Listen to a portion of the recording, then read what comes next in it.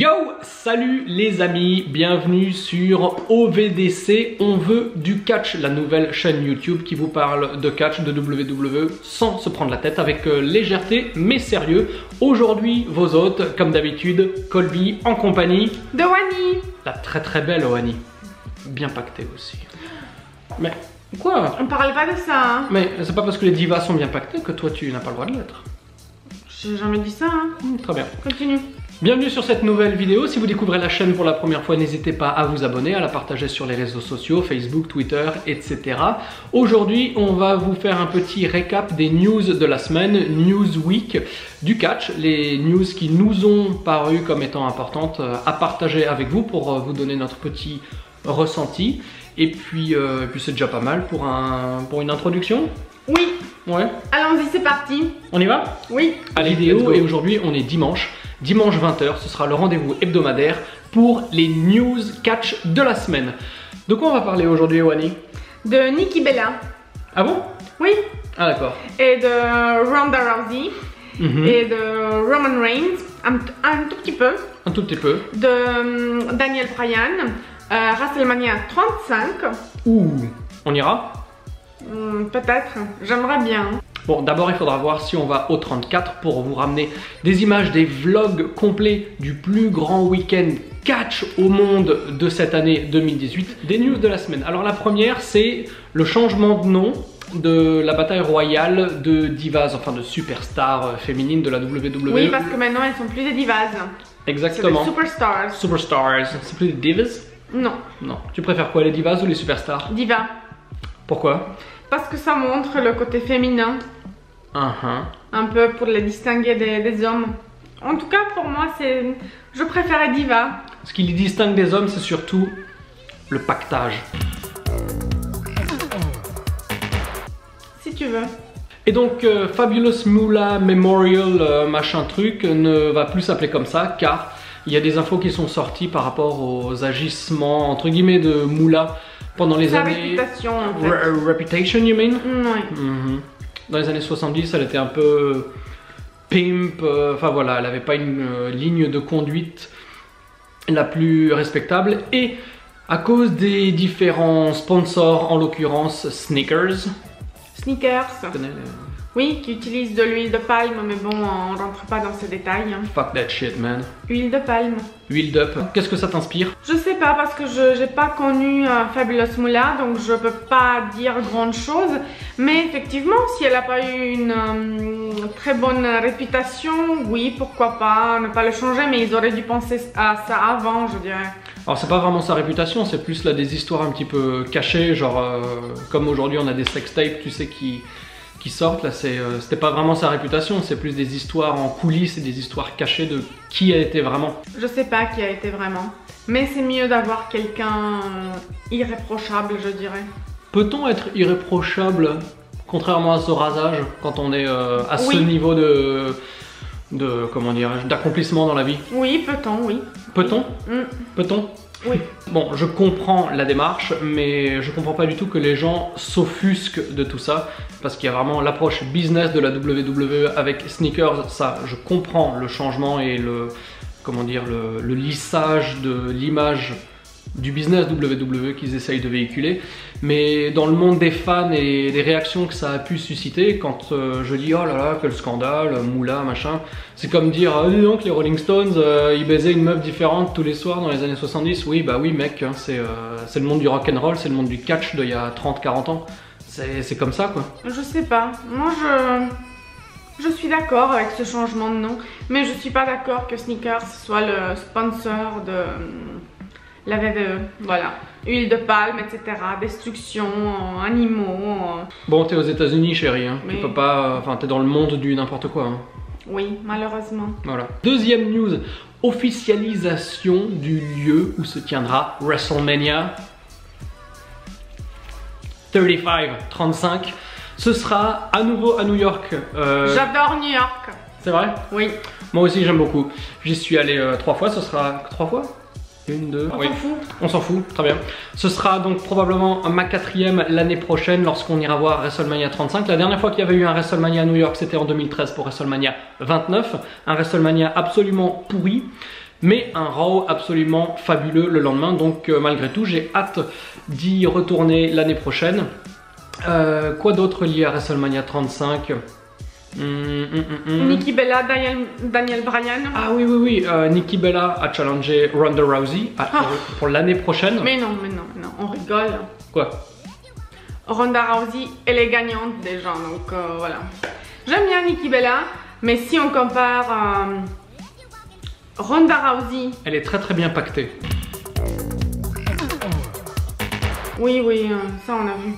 Donc si on compare Ronda Rousey comme athlète et Nikki Bella comme athlète catcheuse, je préfère Ronda Rousey à 100%. Non, 200%. Elle est ma préférée de tous les temps. De tous les temps? J'ai eu un déclic avec Ronda Rousey quand je l'ai vue à la télé, voilà. Pourquoi? C'est son blouson? Non, c'est son style et le fait qu'elle soit athlète, quoi. Nikki Bella n'est pas une athlète. Toi qui es fervente spectatrice de Total Divas, tu vois que... Si, elle est une athlète, mais on peut pas la comparer avec Ronda Rousey. T'as vu son corps, hein? À qui? À Ronda Rousey. Ah. Eh ben en fait non, parce qu'elle est toujours habillée en noir. Oui, mais ça se voit, même en noir. Fais attention la prochaine fois. Ah oui, tape-moi dans le dos, je tousse. Ah voilà, c'est bien.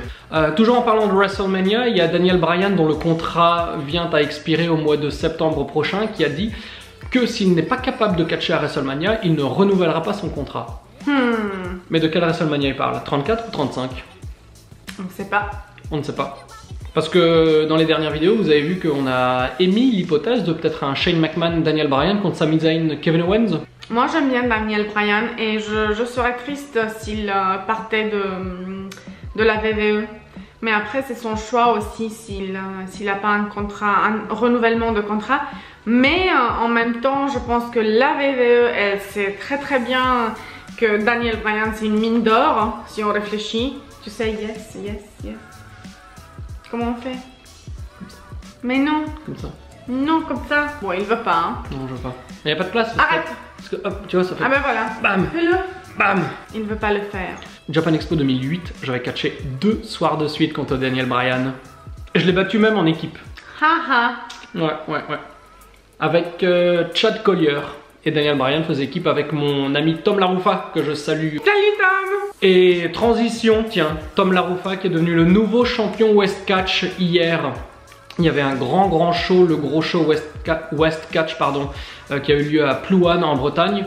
Alors qu'est-ce qu'il y a eu comme fait notoire? On va pas faire tous les résultats, je vous invite à regarder soit la page West Catch ou le Temple du Catch ou d'autres sites sur lesquels vous pourrez retrouver les résultats complets. Mais il y a eu Tom Laroufa qui a battu Tristan Archer pour gagner le titre West Catch. Il y a eu le retour d'un ancien partenaire avec qui j'ai fait équipe pendant de nombreuses années, un ami alsacien, Peter Fischer, qui est revenu en équipe avec Lucas Di Leo. Je les salue bien évidemment. Et Jack Spain, que je salue également, et qui est le nouveau champion Delta de West Catch. Et apparemment c'était un show tout à fait exceptionnel, plein de surprises, plein de bons matchs avec un très bon public. Donc si vous ne connaissez pas West Catch d'ailleurs, faites des petites recherches, vous allez voir un petit peu ce qu'ils font, c'est très sympa. Et en parlant de catch français, où est-ce qu'on va aller nous le 26 mai? Je sais pas, tu me prépares une surprise? Non. Ah oui. C'est toi qui as réservé les billets d'avion? Je me rappelle pas. Révolution 10, ICWA, quelque chose? Ce sera où? On sait pas, mais on attend les commentaires, ne dis rien. Comment ça, on sait pas? Bien sûr qu'on sait. Mais si on sait, mais pour eux, pour qu'ils nous disent s'ils savent aussi. D'accord. Est-ce que vous savez où aura lieu le show? Si oui, mettez des petits commentaires. Donc on va être présent lors du grand show annuel de la ICWA qui s'appelle Révolution, sa 10e édition, Révolution 10. La dernière fois que j'étais sur un show ICWA, c'était d'ailleurs à Révolution 8, je crois, en 2015, 7, je sais plus. Et donc là, on ne sera pas en action, on ne sera pas dans le ring, évidemment. Mais on sera là tous les deux pendant tout le week-end avec notre caméra pour vous ramener un documentaire, un vlog, des images à donf. Tu as hâte de ce show? Ce sera ton premier show ICWA? Oui. Ouais. J'aime bien tes habits aujourd'hui, c'est coloré, c'est mignon. Oui. Ouais. J'aime bien ton petit foulard. C'est un carré d'Hermès? Non. Non. Je suis pas trop Hermès.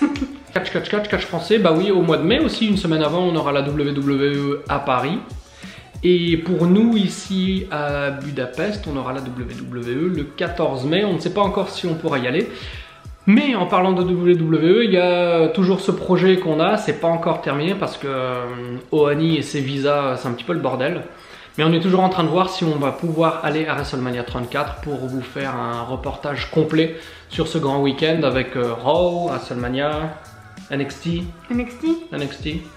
Je suis pas trop NXT, mais j'aimerais découvrir quand même. Ok. Peut-être que tu me fais découvrir. Ah bah je vais te faire découvrir.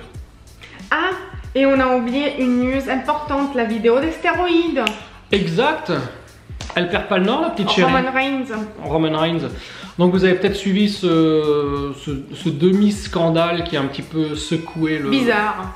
Ouais. Secoué le monde du catch là depuis quelques semaines, où John Bravo disait qu'il avait énormément d'informations qui allaient compromettre de nombreux catcheurs qui sont liés à des trafics de stéroïdes, blablabla, dont Roman Reigns. C'est surtout à cause du nom de Roman Reigns que ça a été mis sur la place publique. Sauf que dans la nuit de... Quelle jour on est? Ah oui, on est dimanche. Dimanche. Dans la nuit de vendredi à samedi, il a balancé sa vidéo. Et en fait, ce que lui avait initialement appelé Roman Reigns, son informateur, en fait, c'était gouré. Il parlait de Luther Reigns, catcheur qui a officié à la WWE en 2005. Long time ago. Donc, bonne blague.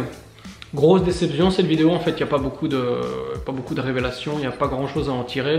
Il a parlé un petit peu de l'Ultimate Warrior, de Rock, de Cena, etc. Mais c'était un petit peu le bordel la manière dont il a présenté tout ça. Et finalement, bon bah... Et oui, s'il n'y a pas de preuves, c'est pas la peine de faire les vagues, je sais pas.